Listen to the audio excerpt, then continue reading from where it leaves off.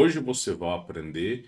Hoje nós iremos falar da cosmologia dos Inuits, que eram pessoas tribais que viviam aí por volta da Sibéria. É como se fossem os mongóis. Porém, né, eram aqueles caras que viviam no gelo extremo. Você lembra que no desenho do Pica-Pau, você tinha aquela casinha de gelo, um monte de cubo de gelo formava uma abóbada? E aí tinha o Zé Curubu, o Pica-Pau, e tinha vários desenhos que tinha esse pessoal que morava nesses cubos de gelo. Pois bem, hoje nós vamos falar sobre a cosmologia dos Inuits. E parece que esses caras acertaram em 90% da sua crença. Porque muito das coisas que esses caras falaram há milênios atrás, hoje a gente consegue comprovar. Mas eu vou pedir para você, antes de iniciar esse vídeo, para nos ajudar deixando o seu like, verificar a sua inscrição no canal, extremamente importante, tá? Acorda, ó, acorda, não vai dormir no meu vídeo não, tá? E também, né, para você poder compartilhar o vídeo e se quiser conhecer o meu trabalho, as vagas no momento estão encerradas, mas na descrição desse vídeo tem o nosso veículo de comunicação oficial, tá?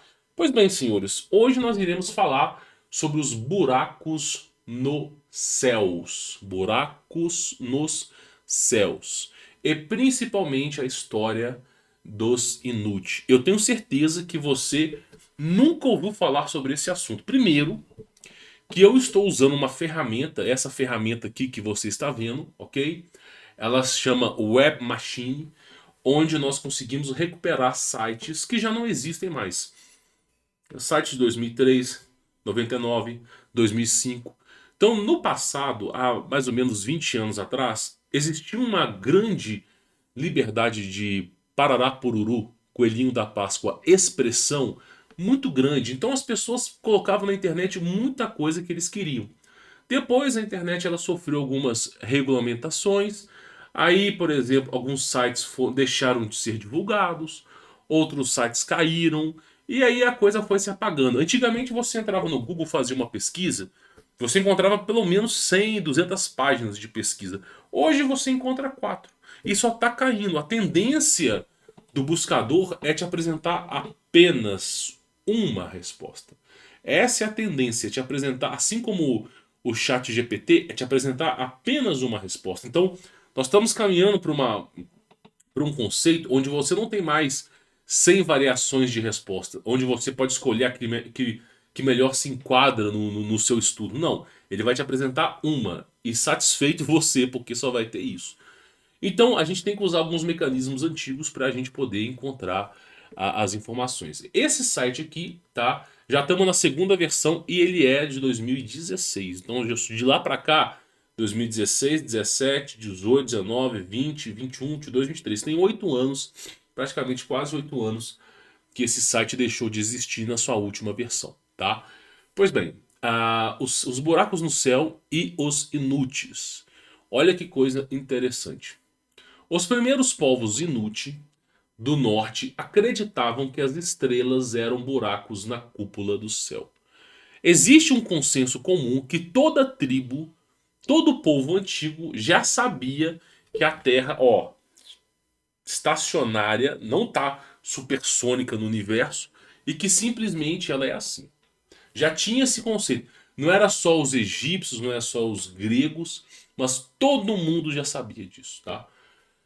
Então já tinha esse consenso. Então os caras já sabiam que ela era assim. Só que aí começa a entrar algumas coisas que são interessantes aqui. Começa a cruzar com o Apocalipse na Bíblia, o grande Armagedon, né? Primeiro que eles acreditavam que as estrelas eram buracos no céu. E aí, sobre uma terra Pararapururu, Felipe Neto, Coelhinho da Páscoa, plana e estacionária. E que seu brilho era a luz brilhante do céu, tá? Do grande firmamento, né? Eles também acreditavam que a Lua era um disco plano. Meu irmão, você consegue imaginar que hoje, depois de muitos estudos, as pessoas conseguiram entender que a Lua não é uma bola, mas sim um disco, cara? Depois de muito martelar, de muito explicar, as pessoas começaram a entender que não é um objeto no céu flutuando, mas sim um disco. Agora, por que que a Lua é um disco? Porque ela é um reflexo de algo que está na Terra. Eu já trouxe documentários no meu blog, no meu canal, falando que a Lua ela é testemunha fiel do Criador, tá? Então a Bíblia fala que a Lua é testemunha fiel do Criador. Se você olha para a Lua, você vê o formato da Terra, muitas vezes de cabeça para baixo, tá? Porque é uma refração.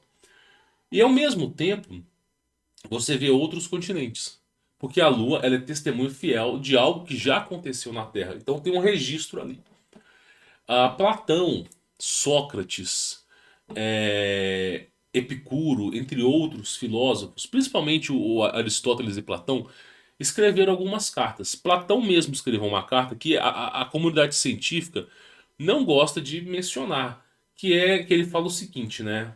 Que na busca por Atlântida, ele foi um buscador acirrado, e ao decorrer de anos se observou na Grécia que existia uma hora um sol, uma hora dois sóis. Uma hora nenhum sol, uma hora três sóis.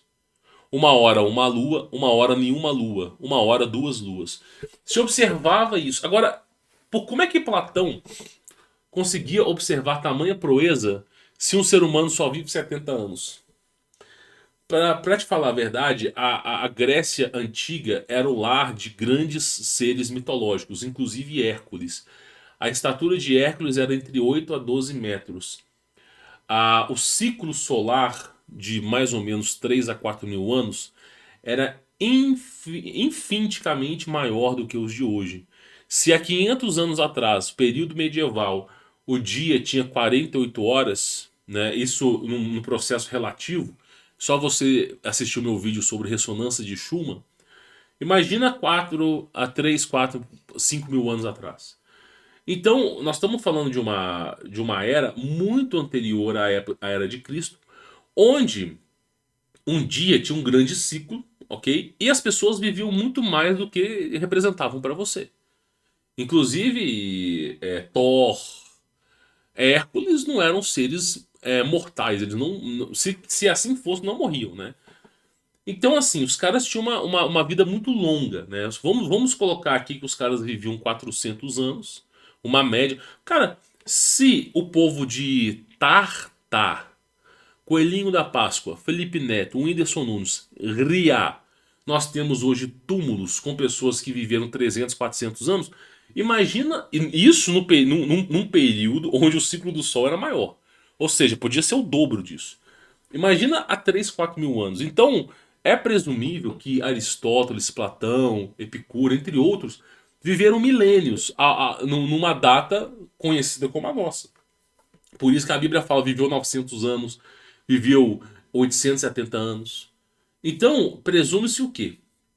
Que Platão ele participou das inversões e revoluções magnéticas. Ele participou. E observando essas revoluções, ele percebeu que uma hora tinha um sol, uma hora tinha dois sóis, uma hora não tinha sol, uma hora tinha uma lua, uma hora tinha duas luas, uma hora não tinha lua. Então ele participou dessas revoluções e escreveu o livro de Atlântida, que ninguém quer divulgar, nenhuma academia científica, nenhum psicólogo, ninguém quer falar desse grande devaneio, né? Ninguém quer falar. E aí, o fato curioso é o seguinte: por que eu falo que a Lua ela é um disco plano, né?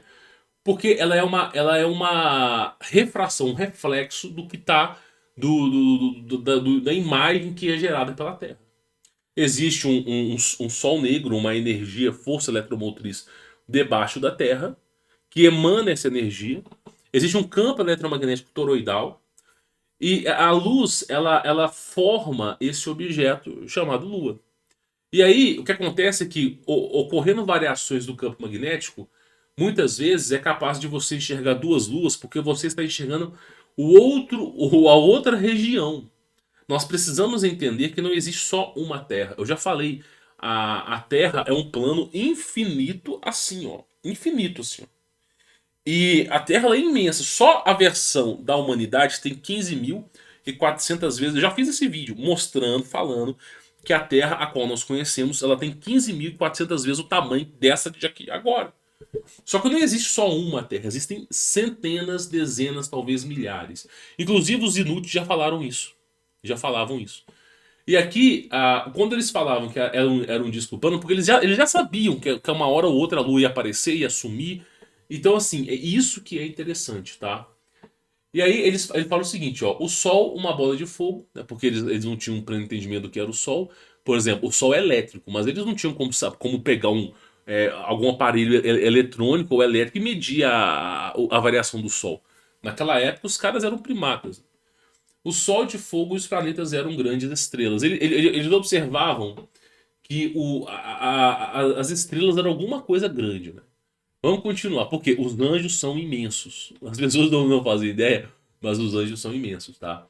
Os anjos eles têm 60 metros de altura, de acordo com o padrão de Adão. Nós não sabemos qual é o padrão humano em relação a Adão. Porque nós encolhemos de tamanho. 1 metro para Adão e Eva não é o mesmo 1 metro para nós. Tá entendendo? Ah lá, o povo inútil ou esquimó, é aquilo que eu falei pra vocês, aquela galerinha que ficava andando com. Você já viu o Papai Noel, né? O trenózinho, então, que andava de trenó. É esse povo aí, tá? Que tem características asiáticas, pode ter emigrado da Sibéria para o norte do Alasca, tá? Canadá e Groenlândia. As áreas escuras do mapa, deixa eu pegar aqui as áreas escuras do mapa, abaixo mostram os seus assentamentos inúteis aí, tá? Olha só para ver se você vê as regiões que eles estiveram: Groenlândia, Oceano Atlântico, Pacífico, Oceano Ártico, Sibéria, tá vendo? Aí, olha só o que eles falam: a ideia das estrelas serem buracos no firmamento. Aí começa uma teoria que eu acho muito interessante, porque a Bíblia fala que as estrelas vão cair e os poderes celestes serão abalados. Presta atenção nessa frase: as estrelas irão cair. Quando as estrelas caírem, os poderes que estão no céu, eles irão ser abalados, eles serão prejudicados, irão temer. Agora, o que acontece é que essas estrelas são anjos. A Bíblia, ela mostra no Apocalipse, deixa bem claro que as estrelas são anjos que estão aprisionados por causa da grande rebelião que houve nos céus. E no livro de Enoque, o livro de Azar dá uma pincelada, mas o livro de Enoque é na versão etíope, tá? A versão mais completa. Você pode procurar aí que você vai encontrar. É dito que as estrelas são anjos aprisionados. Enoque, ele foi levado por um anjo, por um santo sentinela. Um santo sentinela é um anjo que tem três côvados de altura, alguma coisa assim. Eu sei que na medida humana é quase 3 quilômetros de altura. O santo sentinela é um anjo de batalha que Deus criou. São anjos super tecnológicos, são anjos de batalha, são verdadeiros colossos. Você lembra da trilogia Cloverfield Monstro? No final do filme, isso aqui não tem problema nenhum. No final do filme, quando os caras conseguem voltar pra Terra, no último filme da trilogia, os caras lá eles dão de cara com um monstro cuja altura é maior do que as nuvens. Pois bem, senhores, esses grandes leviatãs são anjos e são chamados de santos sentinelas. Por que são santos? Porque eles vivem para contemplar, adorar e servir a Deus. Então, esses monstros colossais que Enoque tinha medo pra caramba. Pô, tu vê um ser de 3.000 metros, você fica abismado, né? E um ser com uma cara não muito feliz. Então você imagina o seguinte: Enoque ele tinha pavor desse ser. E pelo menos os 3, 4 primeiros capítulos do livro de Enoque foi somente para o Santo Sentinela falar com ele assim: ó, vamos lá com Deus, que eu preciso, que a gente tem uma missão para você. Só que aí era tão assustador aquele anjo que Enoque não queria ir de jeito nenhum. Depois, convencido, não sei o que tal, né, avisando pra família que pode ser que ele nunca mais volte, né? Não, ó, tô indo lá porque não tem outra alternativa, mas se eu não voltar, você já sabe, e é isso, continua a vida de você. E foi o que aconteceu também, né? E aí, basicamente, esse Santos ele deixou 44 livros, a qual só conhecemos dois, ou três, né? Não passa muito disso. E aí, o que o Enoque diz lá nos acho que capítulo 15 ou 16 do seu livro de Enoque, né? é que ele deu de cara no terceiro firmamento. Ele deu de cara com anjos. E os anjos belos, sabe, em glória, em seu prestígio, só que estavam aprisionados. Uma prisão que ele não tem não é uma prisão com grades, como o Enoch mesmo disse. É uma prisão que ela é estranha para ele, talvez uma prisão quântica. É como se a luz fosse daqueles anjos fosse aprisionadas em alguma coisa a qual eles não têm a capacidade de sair. E aí ele viu alguns anjos chorando, se lamentando, e alguns anjos ele estava orando, né? Aí um outro anjo parece que tinha algum conhecimento de Enoque ou da sua família, chegou para ele e falou com ele assim: ó, você vai se encontrar com Deus? Aí ele fala: irei me encontrar com Deus, né? De sorte que eu ainda estou vivo, né? E aí o anjo fala assim: lembre de mim, ore por mim, peça a Deus para me perdoar e não sei o quê. E aí Enoque falou assim: meu irmão, eu sou menor do que você, que é um anjo. E Deus te colocou aqui. Você quer que eu vou lá e interfira no que Deus fez com você, sendo Deus perfeito? De sorte que eu ainda tô vivo aqui, né? E aí ele vai lá e não ora pro anjo. Assim, ele falou assim: ó, posso orar por você. Mas no final ele foi embora. O anjo ficou desesperado lá. Então, se o anjo tá com medo de Deus, imagina nós, né? É isso que o povo não entende, cara. É isso que o povo não entende. E aí ele diz que as estrelas são anjos. Então o povo Inuit, né, o povo esquimó lá da galera, os caras também tinham concepção que as estrelas eram almas. Porque os anjos são almas. Só que eles não sabiam de fato do que era aquilo ali, né? Olha só. Quanto maior ou mais forte for a alma, maior o buraco e mais brilhante a luz de entrada. Ou seja, a concepção deles é o quê? Que as estrelas são almas, que mais forte é a estrela, mais forte é o ser. Exatamente, isso está corretíssimo. A estrela mais forte é o anjo mais forte aprisionado. A estrela mais fraca é o anjo mais fraco aprisionado. Tá corretíssima a análise dos caras. Olha como é que os caras falavam disso aqui há 3, 4 mil anos atrás, né, meu irmão? Olha pra tu ver. Portanto, cada estrela, na verdade, aí eles falam caminho ou porta de entrada para cada alma que chega no céu. O que acontece? Eu acredito que nesse momento aqui, dessa afirmação que tá errada, eu acredito que eles sofreram alguma interferência de alguma entidade. Porque, assim como os Cherokees, eles foram visitados. Os Cherokees mesmo falam que eles foram visitados pelo povo das estrelas, né? O Sky People. E os Esquimós também. Eles foram visitados pelo povo das estrelas. Então, o povo das estrelas pode ter falado que sim, são almas que estão no céu, porque isso é inegável, mas é uma porta de entrada para o céu. Na verdade, não é, é uma prisão. Tá percebendo que o diabo é o pai da mentira? Aqueles que não conseguem retornar à Terra, tá vendo? Que aqui tudo que é coisa de anjo, ó, reencarnação, reencarnar à Terra. E por isso que você deve ser forte em espírito para chegar ao céu. Você deve ter força suficiente para perfurar a barreira da cúpula. Tá vendo que eles entendem o assunto, eles sabem que tem alguma coisa no céu, mas de algum momento eles têm uma interferência que diz uma coisa meio que oposta para eles.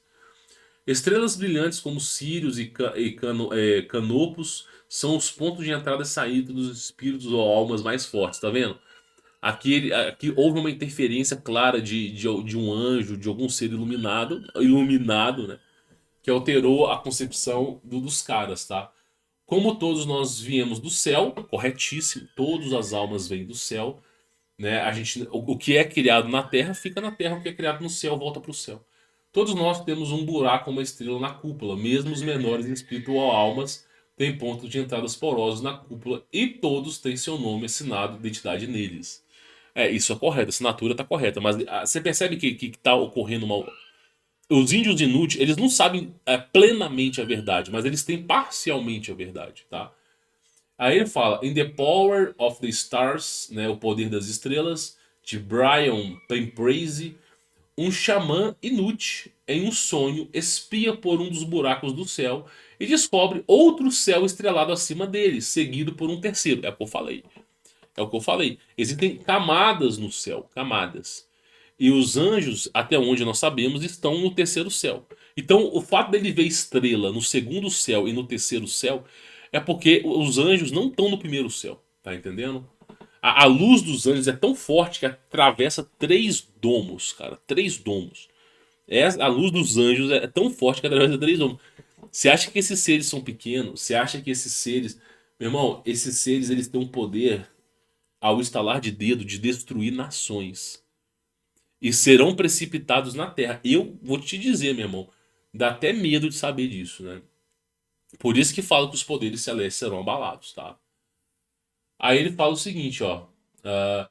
ah, deixa eu chegar aqui. Obviamente, existem diferentes níveis no céu. Os caras já conseguiram compreender isso.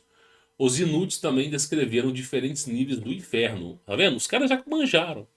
A Divina Comédia de Dante Alighieri, que é um registro onde ele vai ao inferno, depois ele é resgatado por próprio Jesus Cristo, nem foi Arcanjo Miguel, né? Foi o próprio Jesus Cristo. Ele contempla o que é o inferno, tá? Também tem diferentes níveis no inferno, abaixo do disco, né, do plano da Pararapururu Terra. Pode haver várias cúpulas ou copas acima de nós. Aí tá aqui, ó. Por isso que eles fazem o. Eles descobriram os povos Inuit, ou os esquimós, eles descobriram o seguinte: duas coisas importantes aqui para você. Lição de história para vocês aprenderem, tá? Eu vou passar uma aula aqui para vocês nunca mais esquecer. O povo Inuit descobriu que se eles criarem uma cúpula, um domo, dentro dessa cúpula vai ficar mais calor do que fora. Eles descobriram que a estrutura de um círculo, de uma abóbada, é muito resistente. Resistente a frio, a ventos, a animais como o urso polar. Então é uma estrutura muito boa. Eu já vi pessoas, só para vocês terem mais ou menos uma ideia, tá? Tinha uma empresa, eu vou lembrar o nome dela aqui.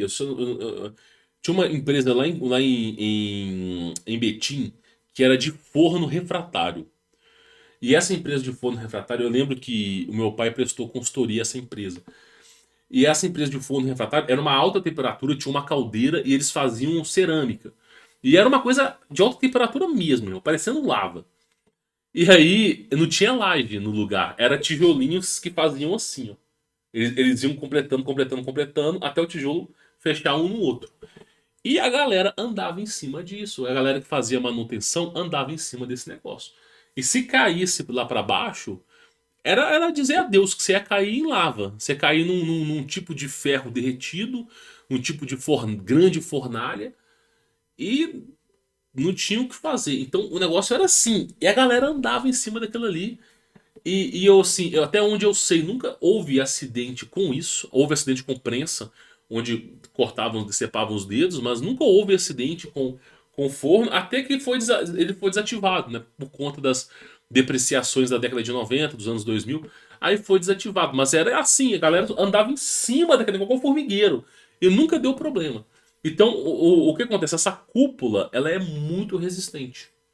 Então, o ponto principal é esse, tá?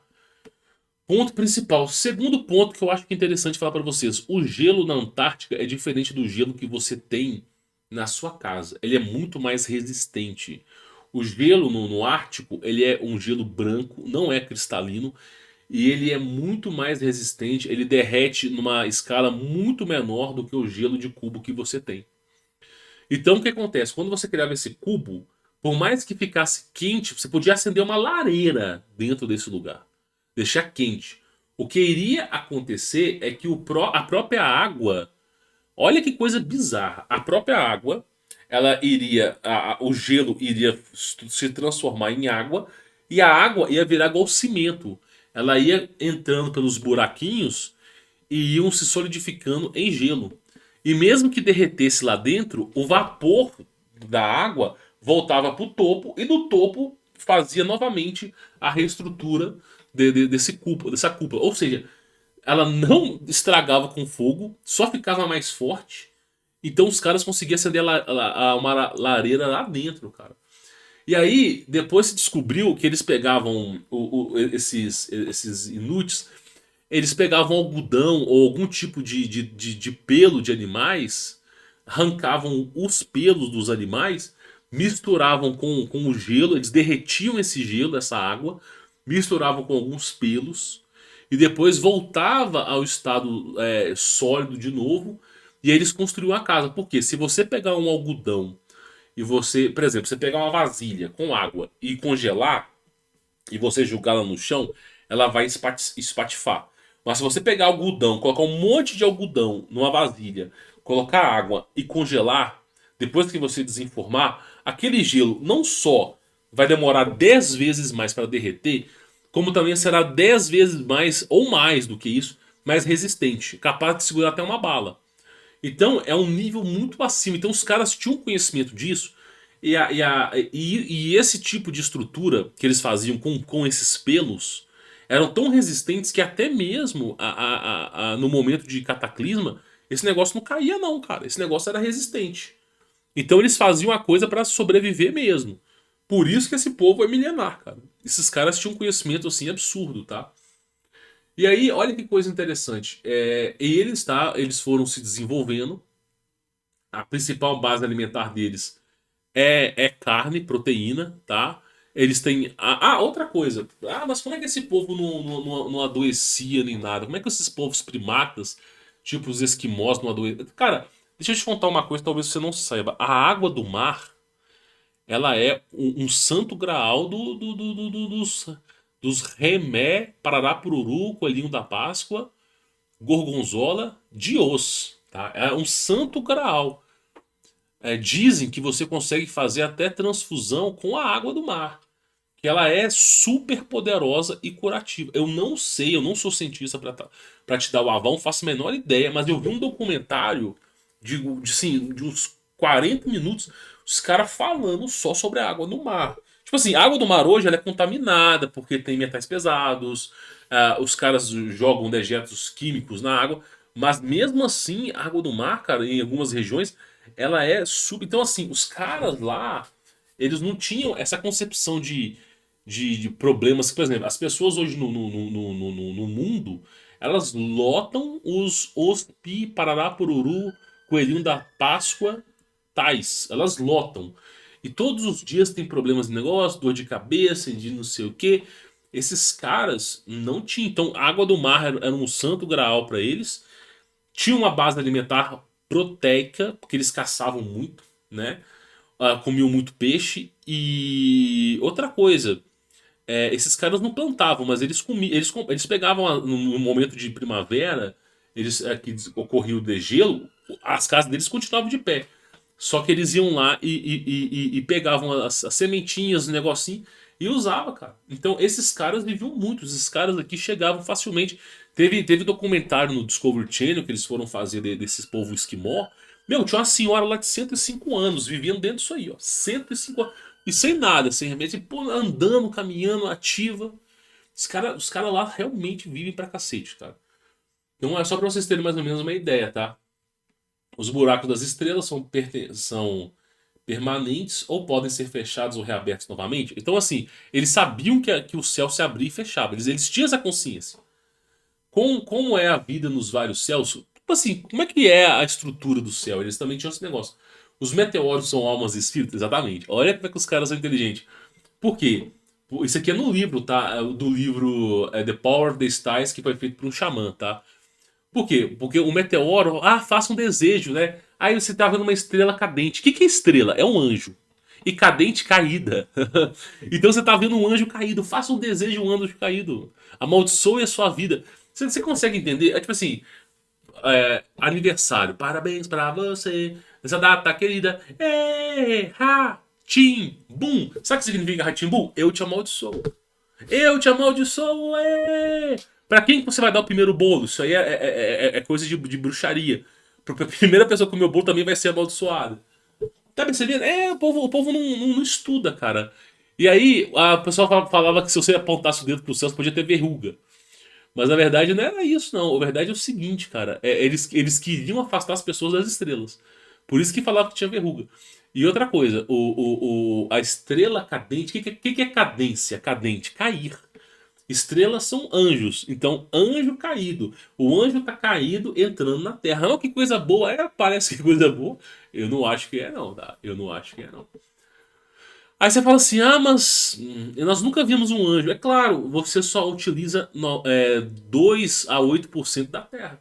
Os outros 92 a 98% da Terra é inutilizável. Quando você pega um avião somente em uma rota. Você reparou que os aviões eles têm uma rota linear? Sabe, é uma rota linear entre um avião e outro, sempre linear. Por que eles não podem fazer outras rotas? É sempre rota linear. E tem regiões que o avião nem passa, regiões imensas. Regiões que não tem estradas, não tem rodovias, não tem rota de avião. Meu irmão, você não conhece a Terra de verdade, cara. Vocês não conhecem a Terra de verdade. Então, assim, é muita coisa. E aí o povo inútil, eles tinham, ou o povo esquimó, tinha essa cultura deles. Eles já sabiam que tinha alguma coisa errada aí. Por isso que eles falavam buracos no céu, né? Olha que coisa interessante, né? Então fica aí uma aula de história para vocês, né? É claro que é uma aula especulativa, mas uma aula, cara, para vocês verem, né, sobre a crença do povo inútil. Mais uma vez, bem semelhante à crença bíblica, né? Bem semelhante. Olha que coisa interessante, né? Pessoal, peço a vocês para deixar o seu like, se inscrever no canal se ainda não é inscrito, compartilhar esse vídeo com seus familiares e amigos. E quem quiser conhecer meu trabalho, as vagas no momento estão encerradas, mas através da descrição desse vídeo você conhece aí o nosso veículo de comunicação oficial. Você vai ser avisado quando haverá novas vagas, sobre o testemunho dos alunos. Você vai se informar muito mais por lá, tá bom? Vou ficando por aqui. Fique na paz.